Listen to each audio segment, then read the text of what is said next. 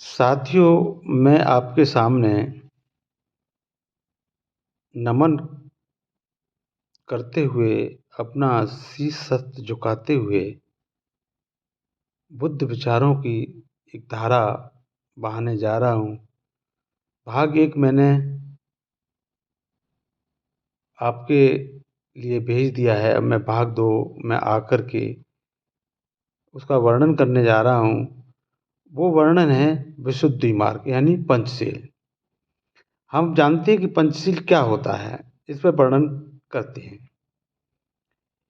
एक मानव के लिए जीवन का कोई मापदंड होना चाहिए।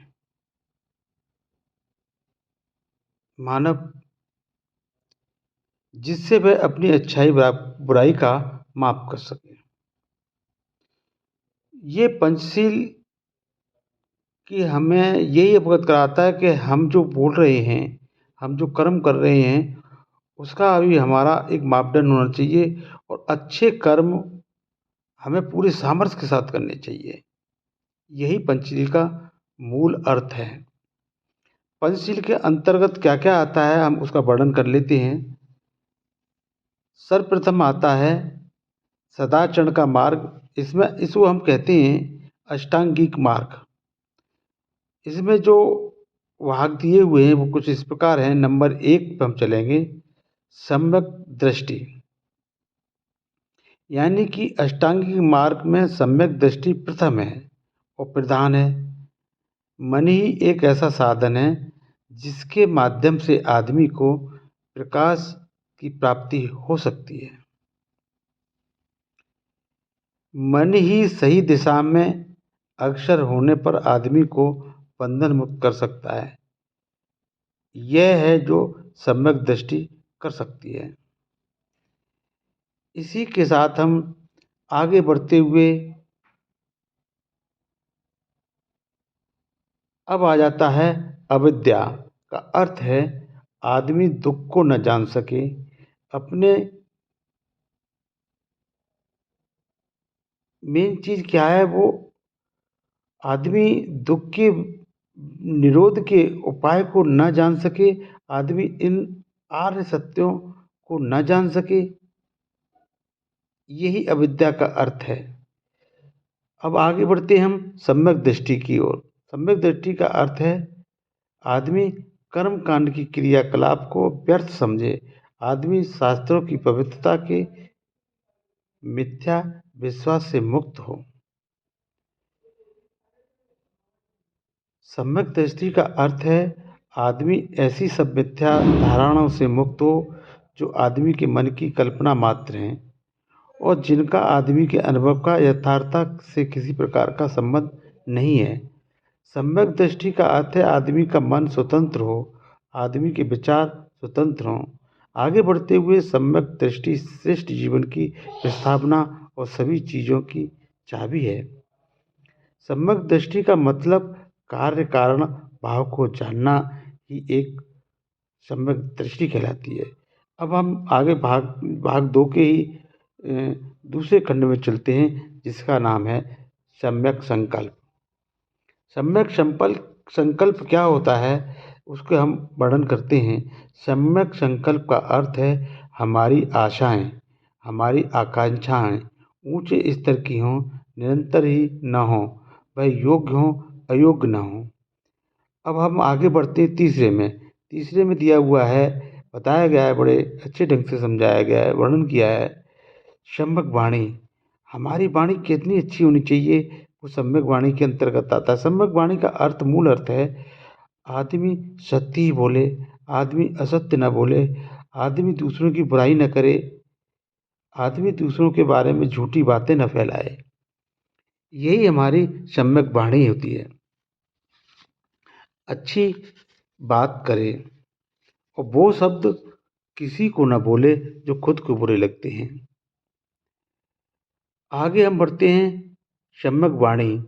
सम्यक वाणी व्यवहार न किसी के भय की अपेक्षा रखता है और न किसी के पश्चाताप की। सम्यक वाणी का मापदंड न किसी के ऊपर के आदमी की आज्ञा है और न किसी व्यक्ति को होने वाला व्यक्तिगत लाभ है। हम आगे बढ़ते हैं। सम्यक कर्मांत। सम्यक कर्मांत योग्य व्यवहार की शिक्षा देता है। इसके आगे बढ़ते हम सम्यक आजीविका। बिना किसी को हानि पहुंचाए अथवा बिना किसी के साथ अन्याय किए अपनी जीविका कमाना, यही सम्यक आजीविका है। आगे बढ़ते हम सम्यक व्यायाम। सम्यक व्यायाम है अविद्या को नष्ट करने के प्रयास की प्रथम सीढ़ी है। यानी जिसके बारे में हमें ज्ञान नहीं है उसके बारे में हमें सोचना ही नहीं चाहिए। ये दुखद कारागार के द्वार तक पहुंचाने का रास्ता है ताकि उसे खोला जा सके। आगे बढ़ते हैं। सम्यक व्यायाम के 4 उद्देश्य होते हैं।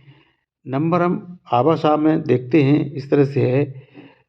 नंबर 1 में चलेंगे, अष्टांग मार्ग विरोधी चित्त प्रवृत्तियों की उत्पत्ति को रोकना। अब हम दूसरे में चलेंगे, ऐसी चित्त प्रवृत्तियों को दबाना जो उत्पन्न हो गई हों। हम तीसरी तरफ चलेंगे, ऐसी चित्त प्रवृत्तियों को उत्पन्न करना जो अष्टांगिक मार्ग की आवश्यकताओं को पूर्ति में सहायक हों। ऐसी उत्पन्न चित्त प्रवृत्तियों में और भी अधिक वृद्धि करना बुद्धि के साथ तथा उनका विकास करना। अब 7वें में आ जाते हैं सम्यक स्मृति। क्या होती है? देखिए, सम्यक स्मृति का अर्थ है हर बात पर ध्यान देना। यह मन की सतत जागरूकता है। मन में जो अकुशल विचार उठते हैं उनकी चौकीदारी करना सम्यक स्मृति का ही एक दूसरा नाम है। यानी सम्यक शब्द हम जब जबान से बोलते हैं तो कितनी अच्छा लगता है। सम्यक का मतलब भी मैं समझता हूँ कि एक मध्यम मार्ग से संबंधित है। सम्यक समाधि में हम पहुँचते हैं। जो आदमी सम्यक दृष्टि, सम्यक संकल्प, सम्यक वाणी, सम्यक कर्मांत, सम्यक आजीविका, सम्यक व्यायाम, सम्यक स्मृति को प्राप्त करना चाहता है, उसके मार्ग में 5 बाधाएं या बंधन आते हैं। यह है लोभ, द्वेष, आलस्य, संशय तथा अनिश्चय। इन बाधाओं को जीत लेना या तोड़ना आवश्यक है। इन बंधनों से मुक्त होने का उपाय समाधि है। समाधि और सम्यक समाधि एक ही बात नहीं है, दोनों में बड़ा अंतर है। समाधि का मतलब है केवल चित्त की एकाग्रता, इसमें संदेह नहीं है। इससे वैसे ध्यानों की प्राप्त किया जा सकता है कि जिनके, देखिए कितना अच्छे शब्दों से वर्णन किया गया है, कि जिनके रहते यह 5 संयोजन या बंधन स्थगित रहते हैं। केवल समाधि एक नकारात्मक स्थिति है, क्योंकि यह इतना ही तो करती है कि संयोजनों को अस्थायी तौर पर स्थगित रखे। इसमें मन का स्थायी परिवर्तन नियत नहीं है। सम्यक समाधि एक भावनात्मक वस्तु है। अब इसके आगे हम चलते हैं। सम्यक समाधि मन को कुशल और हमेशा कुशल ही और कुशल सोचने की आदत डाल देती है।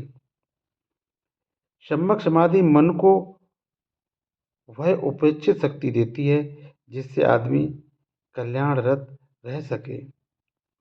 इसी के आगे हम चलते, लोभ द्वेष से मुक्ति का मार्ग यानी मध्यम मार्ग, यानी अष्टांगिक मार्ग है। यह मार्ग हमें दृष्टि देता है, बुद्धि देता है, जानकारी देता है, ज्ञान देता है और हमें शांति देता है।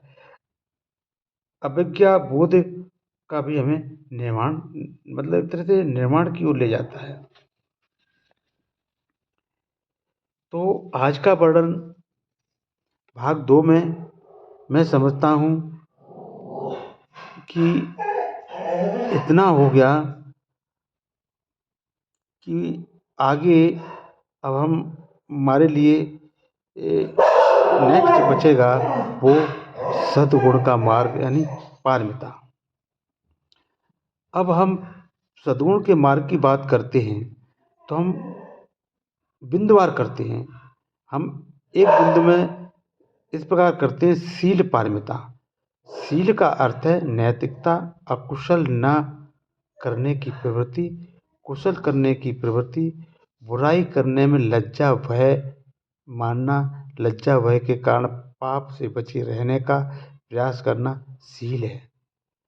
शील का मतलब है ही पाप वीरुता। नंबर 2 में हम आगे बढ़ते हैं। नैष्कर्म्य पारमिता, यानी नैष्कर्म का अर्थ है सांसारिक काम भोगी का त्याग। नंबर 3 में हम आगे बढ़ते हैं। दान पारमिता, किसी भी प्रकार की स्वार्थपूर्तों की आशा के बिना दूसरों की भलाई के निमित्त अपनी संपत्ति का ही नहीं, अपने रक्त, अपने शरीर के अंगों को और यहाँ तक कि अपने प्राणों तक का बलिदान कर देना। नंबर 4 में दे रखा है वीर पारमिता। वीर का अर्थ है सम्यक प्रयत्न, जो कुछ एक बार करने का निश्चय या संकल्प कर लिया उसे अपने पूरे सामर्थ्य से करने का प्रयास करना चाहिए और बिना उसे पूरा किए पीछे मुड़कर नहीं देखना चाहिए। 5वें में दिया हुआ है, कितना अच्छे ढंग से वर्णन किया है, शांति पारमिता।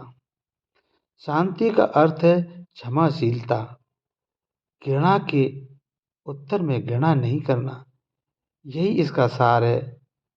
क्योंकि घृणा से तो घृणा कभी मिटती नहीं, क्षमाशीलता से ही घृणा का नाश होता है। अब हम 6 में चलेंगे, सत्य पारमिता। सत्य का अर्थ है झूठ न बोलना। आदमी को कभी झूठ नहीं बोलना चाहिए, उसे हमेशा सत्य बोलना चाहिए और सत्य की हमेशा विजय होती रही है और होती है। अब आगे हम बढ़ते हैं, आगे बढ़ते हुए चलते हैं। अब हमारा नंबर आ जाता है 7वां। 7वें नंबर बुद्ध ने बड़े अच्छे ढंग में अधिष्ठान पारमिता की बात की है। अधिष्ठान का अर्थ है सभी मानवों के प्रति प्रेम भरी दया। अब आगे बढ़ते हैं 8वें। हम उसमें बताया गया है, बड़े अच्छे से वर्णन किया गया है करुणा पारमिता। करुणा का अर्थ है सभी मानवों के प्रति प्रेम भरी दया। हम आगे बढ़ते हुए 9वें में घुसते हैं। 9वें में भाग में वर्णन करते हैं मैत्री पारमिता। मैत्री का अर्थ है सभी प्राणियों के प्रति भ्रातृ भावना हो, मित्रों के प्रति नहीं, शत्रुओं तक के प्रति, आदमी के प्रति नहीं, सभी प्राणियों के प्रति एक अच्छी भावनाएं होनी चाहिए। आगे हम 10वें में वर्णन करते हैं, 10वें बिंदु पर चलते हैं, उपेक्षा पारमिता। उपेक्षा का अर्थ है अनासक्ति, यह दूसरों के सुख दुख के प्रति निरपेक्ष भाव रखने से सर्वथा भिन्न वस्तु है। यह चित्त की वह अवस्था है जिससे प्रिय अप्रिय कुछ नहीं है, फल कुछ भी हो उसकी ओर से निरपेक्ष रहकर साधना में रत रहना चाहिए।